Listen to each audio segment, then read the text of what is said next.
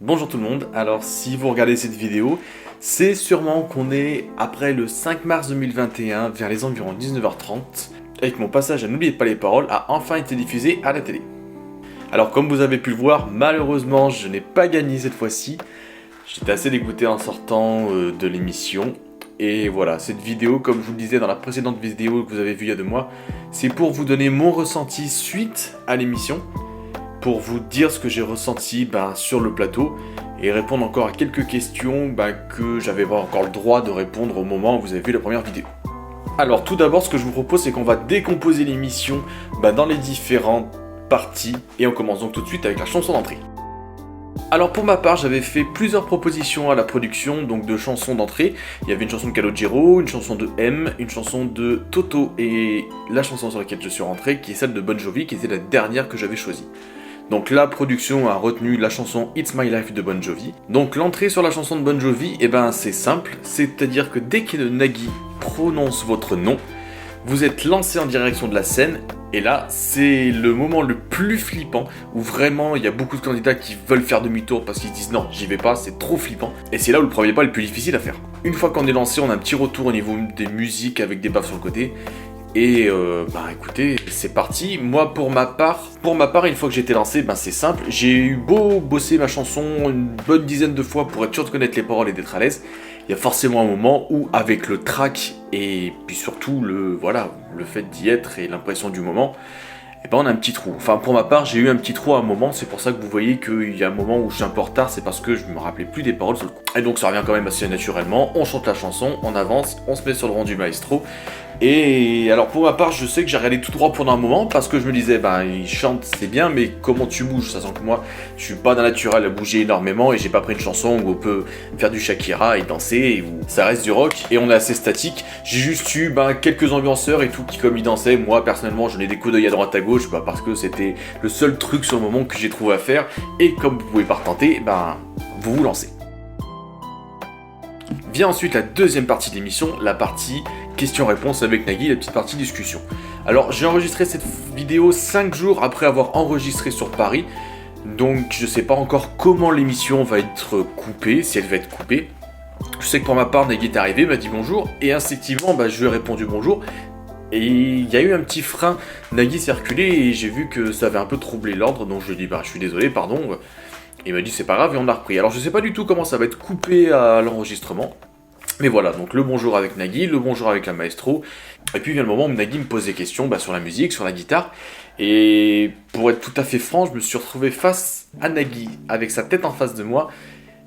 Et j'ai quand même eu un petit moment, on va dire, de stress, un petit moment de peur, où j'étais un peu paniqué, je me disais merde, qu'est-ce que tu dois répondre, et c'est sorti un peu comme c'est venu, sans que je réfléchisse trop. Avec le recul, je sais pas ce qui va être montré à l'émission, mais avec le recul, je trouve que mes réponses étaient pas trop adaptées. Et comme j'ai voulu aller vite en me disant putain, faut pas qu'il y ait de blanc, ça a donné ce que vous avez vu. Donc vient le moment de discussion où on parle donc de la musique, où on parle de la déco de mes parents, et où on parle rapidement de mon travail. Et c'était un moment assez bizarre pour moi, parce que se retrouver en face de Nagui et de discuter avec lui comme si de rien n'était, les caméras on les oublie très vite, sincèrement les caméras on les voit pas. Et à ce moment-là, c'était une discussion classique avec Nagui, et mine de rien, ça m'a quand même fait assez bizarre et ça m'a bien déstabilisé avant d'attaquer la troisième partie, celle du jeu. Alors et voilà. Alors comme vous l'avez vu, vous avez vu les différents thèmes, les différentes catégories. Donc la maestro a pris la boîte de jazz de Michel Jonas et elle n'a pas trouvé les paroles. Ce qui, sur le moment, m'a fait dire « Yes, t'as un avantage ». J'étais pratiquement sûr de trouver les autres paroles. J'ai tellement travaillé que j'étais pratiquement sûr de trouver toutes les autres chansons. Et je me suis dit « C'est le moment de foncer ». Alors, je sais pas si ça a été coupé, mais après, on a continué à chanter avec la maestro. Enfin, du moins, j'ai chanté parce que Camille, elle, la maestro, ne connaissait pas les paroles. Et voilà, ce qui fait qu'ensuite, moi, j'ai eu les 40 points sur Gardien de Nuit. Alors oui, j'avais demandé les rois du monde au moment où Nagui m'a demandé ce que je préférais, mais le Gardien de Nuit étant une chanson que je préfère, j'ai largement préféré me retourner sur le ciel-ci, sachant que je l'avais joué en comédie musicale. Et pareil, comme Nagui m'a un peu taquiné dessus et que je savais pas trop quoi répondre, c'est vrai que, pareil, je sais pas comment ça va être retranscrit à l'écran, mais j'ai beaucoup répondu par du « c'est comme ça », pas par dédain ou quoi que ce soit, mais parce que j'étais stressé. C'est pas que j'étais pas à l'aise, c'est que j'étais stressé. Donc vient la chanson du Gardien de Nuit, je trouve les paroles, et je suis sûr, au fond de moi, donc je le sais, Nagui le dit aussi, je commence la même chanson. La maestro prend les 30 points, quand on a que l'amour, elle trouve les paroles, et moi de mon côté, voilà c'est fini de Jean-Louis Aubert, je trouve les paroles, on continue à chanter, bref ça se déroule classiquement, sans qu'il y ait d'embûches, c'était plutôt un moment sympa, où je me suis éclaté avec la maestro, où j'ai passé un très très bon moment, où vraiment j'avais pas envie que ça s'arrête, parce que c'est que du bonheur, avoir un groupe qui joue, des gens à côté de vous qui dansent, chanter, enfin vraiment c'était un pur moment de régal. Ensuite, la maestro part dans le fauteuil, donc je pourrais pas vous donner de ressenti sur le passage en fauteuil, parce que de mon côté je l'ai pas fait. On lance la pub avec Nagui, c'est un kiff de lancer la pub comme ça avec lui, vraiment c'était un rêve. Et vient le moment de la même chanson. Alors la même chanson, ce qu'il faut savoir, j'ai pas énormément bossé avant d'avoir réussi le casting. J'adore la chanson française, j'adore en écouter, je connaissais pas mal de chansons et j'ai jamais trop bossé pour l'émission. Donc au moment où j'ai reçu la réponse positive, là par contre j'ai travaillé de ouf, j'ai travaillé à peu près 2 heures par jour pendant 4 mois et j'ai eu le temps d'apprendre vraiment par cœur 500 chansons, sachant que les 500 chansons sont des mêmes chansons. Faut dire que j'avais une playlist de 515 chansons en même chanson et que je les ai taffées à fond et que vraiment j'en connaissais, allez sur les 500 quand même, parce qu'on en oublie 85% je les connaissais par cœur. Et vient le moment de la même chanson, Gold, plus près des étoiles. Et là, gros moment de solitude, et c'est là où je trouve que la chance compte énormément. Sur les 515 chansons que j'avais en même chanson, il y en a qu'une quinzaine que j'ai franchement pas eu le temps de trop bosser, que j'ai juste écouté comme ça. Et elle était dedans. Donc je vois la même chanson et je me dis aïe, c'est vraiment pas de bol. Sachant que je sais que pour moi, il y a un piège en début de cette chanson et que si je tombe dedans, c'est très tôt et ça peut me coûter la place. Donc je dis à Nagui, bah écoutez, on va essayer. Parce qu'au fond de moi, je me dis si je passe le piège, ça peut le faire. La chanson part, les paroles s'affichent. Et je me dis, si ça tombe, si ça s'arrête au moment, enfin en tout cas de la phrase, ils ont fermé leur visage, je suis mal parce qu'il y a une fois sur deux où je me trompe parce que pour moi la réponse ne veut rien dire. Pas de bol, ça coupe à ce moment-là. Et je me retrouve comme un benet à me réfléchir parce que je pensais que j'aurais pas le temps de réfléchir à ce moment-là. Et en fait il se trouve que j'ai eu le temps de réfléchir et de me dire, c'est le piège. Ça s'arrête au moment du piège pour toi. Qu'est-ce que tu fais? Qu'est-ce que tu dis? Je me suis dit, je sais jamais si c'est visage de pierre ou visage de miel. Et le problème, c'est que ayant un tout petit peu travaillé la chanson, j'avais corrigé mon erreur. Et je me suis dit, bah dis visage de pierre, parce que t'aurais dit visage de miel et tu te trompes une fois sur deux. Donc dis visage de pierre. Et en disant, ils ont fermé leur visage de pierre. La fin du couplet, c'est ciel. Et ça rime avec miel, tu t'es trompé. Donc je continue pas de chanter. Et effectivement, j'entends la cloche qui me dit, tu t'es trompé. Donc à ce moment-là, gros dégoût et grosse peur parce que je me dis qu'elle doit certainement la connaître de façon à m'attraper, on avait 36 points d'écart. Nagui voit avec Rula, se fout un peu de ma gueule parce que j'étais dégoûté et que je savais après ce qu'il fallait que je dise. Et donc la maestro sort du fauteuil, vient chanter et dit devant Nagui, je connais pas trop cette chanson. Et je me dis, ouh, il y a peut-être moyen que ça passe. Parce que soyons francs, même si on s'éclate tous, le but de l'émission est avant tout de gagner. Voilà, si on travaille tous nos castings à fond, c'est pour prendre la place de maestro et pour vivre une aventure de dingue. Donc je me suis dit, il y a peut-être moyen que j'arrive à gratter quelque chose à ce moment-là. La musique part, elle chante, elle passe le passage du visage de miel et je me dis, ah ça pue. Elle a une hésitation à un moment, elle s'arrête pendant quelques secondes et je me dis, ouh, avec un peu de chance, elle va se tromper. Elle continue, elle ne se trompe pas.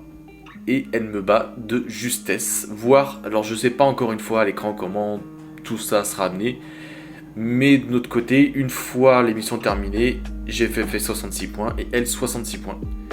Donc à égalité, la maestro passait. Alors je sais pas comment ça va être retransmis à l'émission, mais voilà comment moi je l'ai vécu sur le tournage. Le moment du dégoût dans ma tête en me disant, mince, si t'avais dit correctement la chanson, tu passais. Et vient les moments de dire au revoir à la maestro, de dire au revoir à Nagui et de retourner pour ma part en coulisses. L'après-émission, c'est ce que je vous disais dans ma première vidéo, c'est qu'on donne le micro. Tout le monde dit oh, on est dégoûté pour toi, on est dégoûté pour soi-même. Et pour ma part, je me suis dit punaise, t'es passé à peu.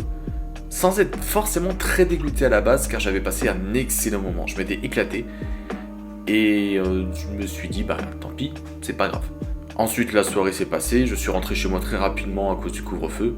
Et vient le lendemain matin où je me réveille et où là par contre l'euphorie de la veille étant passée, je me suis dit ah t'as quand même perdu, n'oubliez pas les paroles, ça faisait des années que tu t'es préparé et ça a raté. Donc j'ai eu 2-3 jours comme ça où j'étais quand même très déçu, et où je me disais voilà, t'aurais pu faire mieux, j'aurais pu faire bien mieux, et où j'étais pas très content de ma performance. Avec le recul, ce que je peux dire, c'est qu'énormément de candidats ont travaillé.